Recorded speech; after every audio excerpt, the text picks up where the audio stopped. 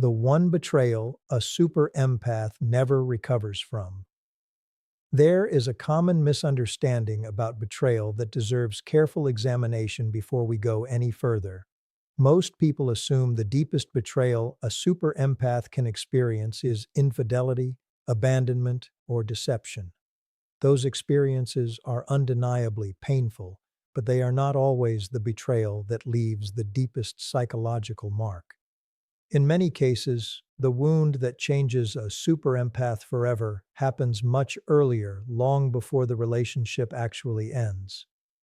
Today, we're going to explore what that betrayal really is, why it affects a super empath differently than almost anyone else, and why understanding it has far less to do with blaming another person than with recognizing a psychological process that quietly unfolds over months or even years. Let's begin with an important distinction. A super empath does not simply invest time in a relationship. She invests identity. Remember something we've explored throughout this series. Highly empathic people naturally organize relationships around understanding rather than judgment. When conflict appears, they don't immediately ask who is right or wrong. They ask what pain might be driving the other person's behavior. They search for explanations before conclusions. They become curious before becoming defensive. This tendency is one of their greatest strengths. It is also one of their greatest vulnerabilities. Because while most people gradually reduce emotional investment when trust repeatedly breaks down, a super empath often does the opposite. She increases her emotional effort, believing that deeper understanding will eventually produce deeper connection. At first, this feels like love. Over time, it quietly becomes self-abandonment. This is where the real betrayal begins, not necessarily with something dramatic, but with a gradual exchange taking place beneath the surface of the relationship. She slowly trades her own reality for someone else's version of reality. This process rarely happens all at once. It develops conversation by conversation, argument by argument, apology by apology. Each individual moment seems small enough to overlook. A promise is broken. She explains it away. A boundary is ignored. She tells herself everyone makes mistakes. A hurtful comment is dismissed. She assumes stress must be responsible. None of these moments feel significant on their own, but psychology teaches us that repeated small compromises often reshape identity more powerfully than one dramatic event. Without realizing it, she begins questioning experiences that once felt obvious. If something hurts, she wonders whether she's simply too sensitive. If something feels dishonest, she wonders whether she's misunderstanding. If her intuition raises concern, she immediately searches for reasons to dismiss it. This gradual loss of self-trust becomes far more damaging than any single argument. Because trust in another person can eventually be rebuilt. Trust in yourself takes much longer. Here is the betrayal that leaves the deepest scar. It is not merely that someone lied to her. It is that she was slowly taught to stop believing herself. That distinction changes everything. When another person betrays you, the pain eventually becomes understandable. When you begin betraying your own perception in order to preserve the relationship, the damage reaches much deeper. The relationship no longer asks for love alone. It quietly asks for your reality. This is why many super empaths later describe feeling as though they lost themselves. Not because they literally forgot who they were, because they spent so long adjusting their thoughts, emotions, memories, and instincts to maintain connection that their own inner voice became increasingly difficult to hear. There is another reason this betrayal affects super empaths so profoundly. Their identity is often built around authenticity. They value honesty, emotional depth, consistency, mutual understanding. When someone they deeply trust repeatedly manipulates those qualities, the wound extends beyond the relationship itself. it begins challenging their entire understanding of human connection. Questions emerge that were never present before. How could I have missed this? Why didn't I leave sooner? Can I trust anyone again?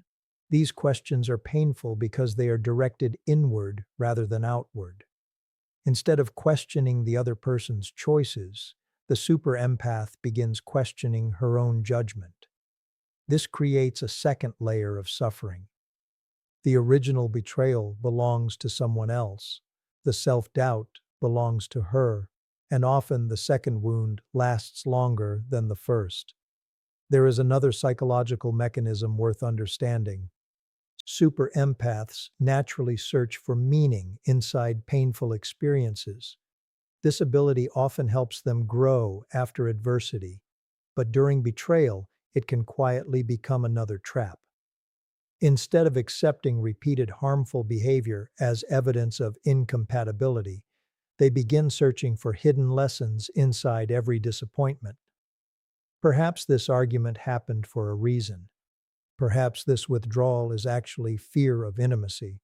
Perhaps this dishonesty reflects unresolved childhood wounds. Sometimes these explanations are accurate, but accuracy is not the issue. The issue is what happens next. Understanding becomes permission. Compassion becomes tolerance. Patience becomes prolonged exposure to emotional harm.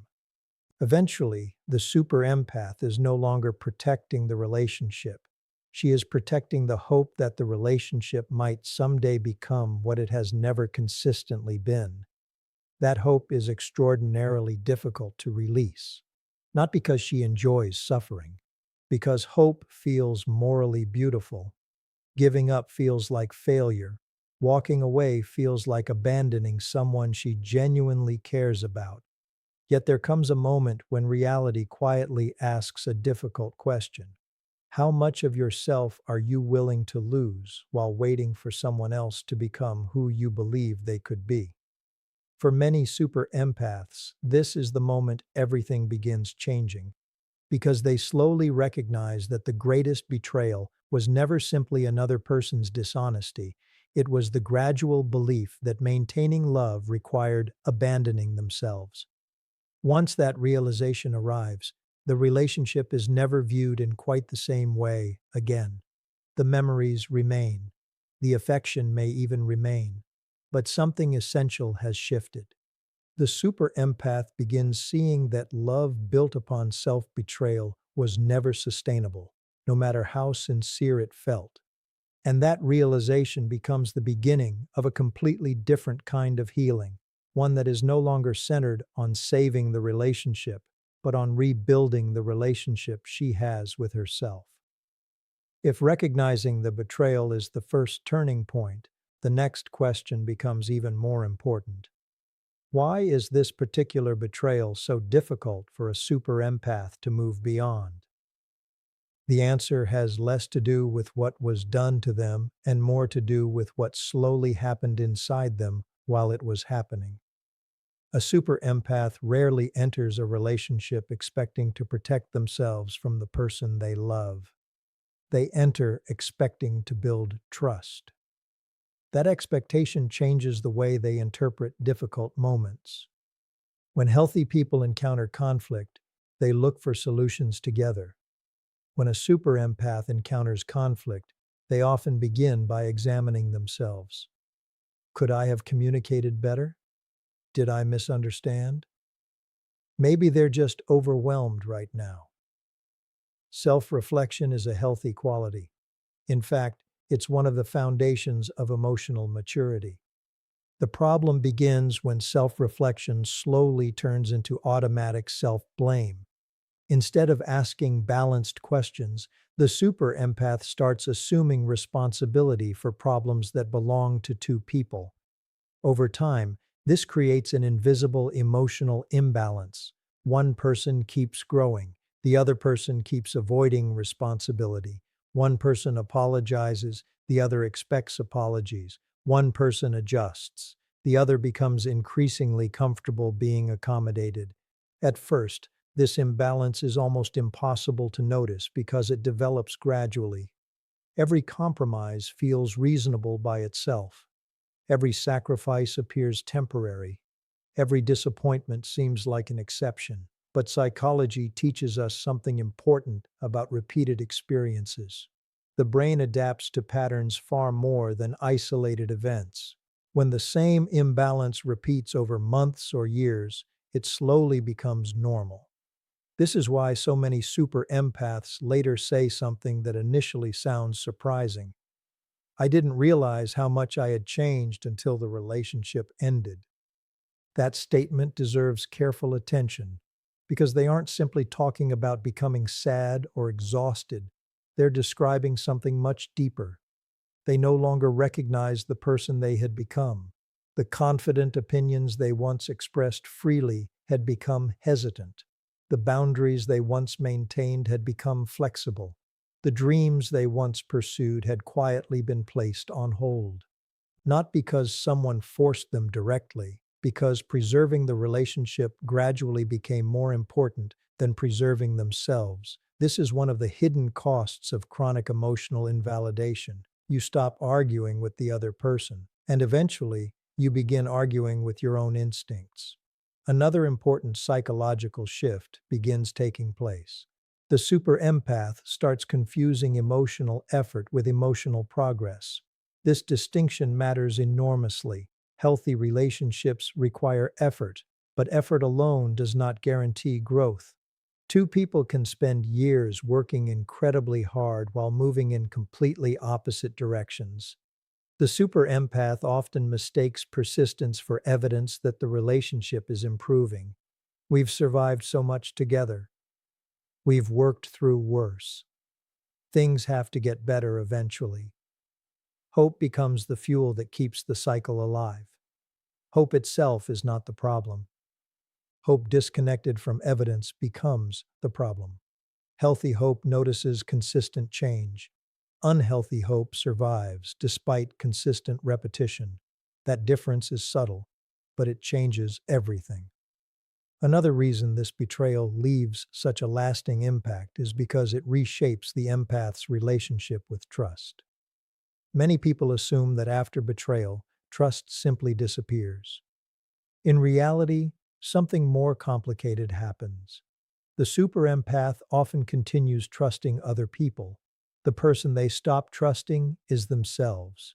They remember the promises they believed, the warning signs they ignored, the uneasy feelings they explained away. Instead of concluding that someone else repeatedly violated trust, they conclude that their own judgment cannot be relied upon. This creates enormous hesitation in future relationships. Even when they meet kind, emotionally healthy people, uncertainty remains.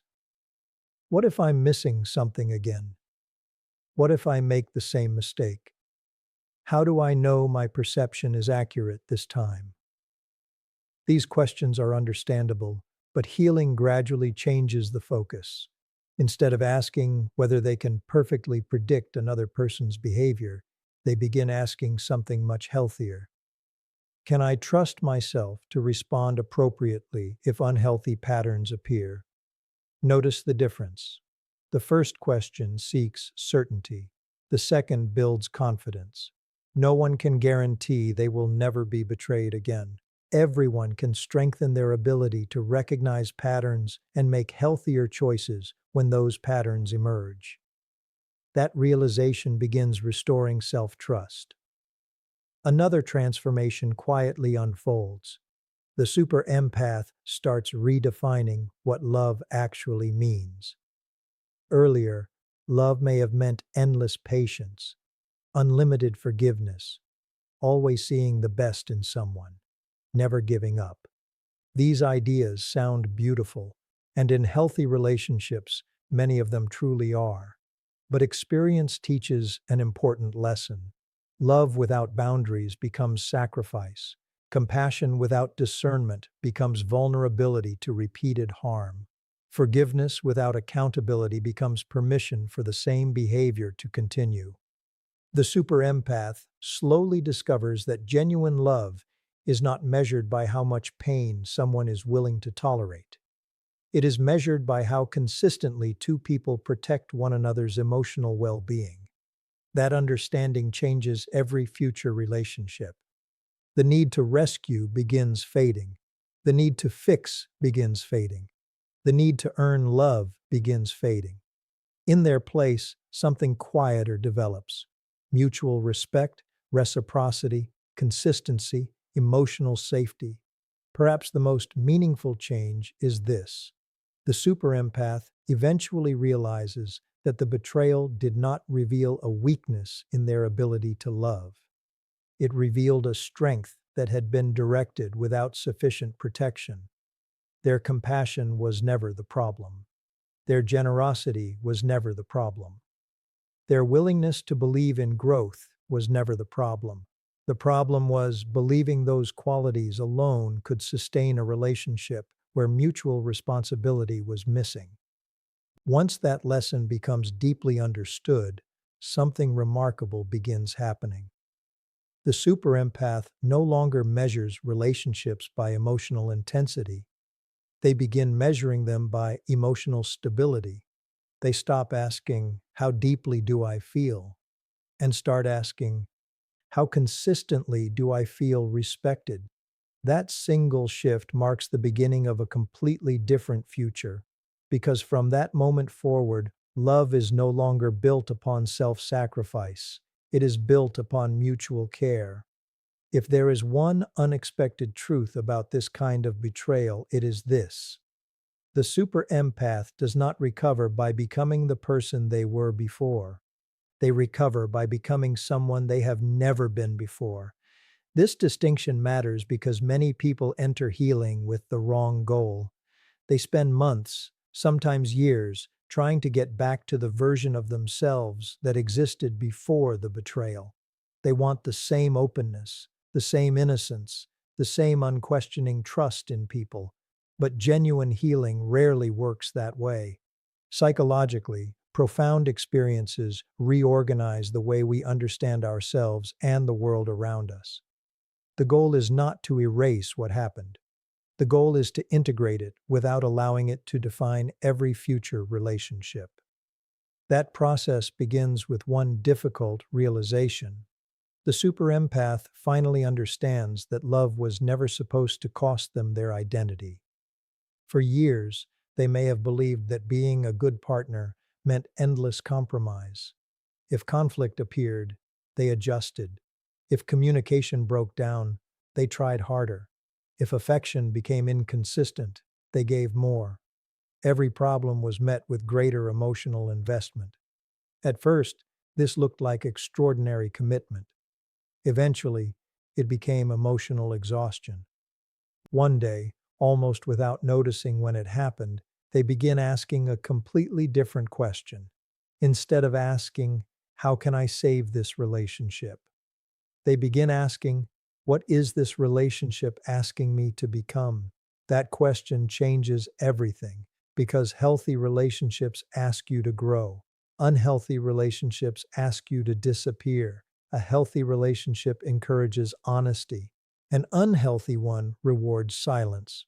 A healthy relationship welcomes boundaries. An unhealthy one treats boundaries as rejection. A healthy relationship allows individuality. An unhealthy one slowly replaces individuality with compliance. Once the super empath sees this difference clearly, they can never completely unsee it. There is another transformation that often surprises them. Earlier in life, they believed that understanding another person's pain automatically created responsibility for healing it. This belief came from compassion. But compassion without limits eventually becomes emotional overextension. Healing teaches a quieter truth. You can understand someone's suffering without becoming responsible for fixing it. You can acknowledge someone's difficult childhood without accepting harmful behavior in the present. You can care deeply about another human being without sacrificing your own emotional health to prove it. These ideas often feel uncomfortable at first because they challenge beliefs that once defined the empath's identity. Yet over time, they create something incredibly valuable: emotional freedom. Another important change happens in the way the super empath experiences guilt. Earlier, guilt appeared whenever they protected themselves. Saying no produced guilt. Walking away produced guilt. Choosing peace over conflict produced guilt. For a long time, guilt was interpreted as evidence that they were making the wrong decision. Healing teaches them something different. Guilt is not always a moral signal. Sometimes it is simply the emotional residue of old conditioning. If someone spent years believing their worth depended on keeping everyone else happy, of course, boundaries will feel uncomfortable.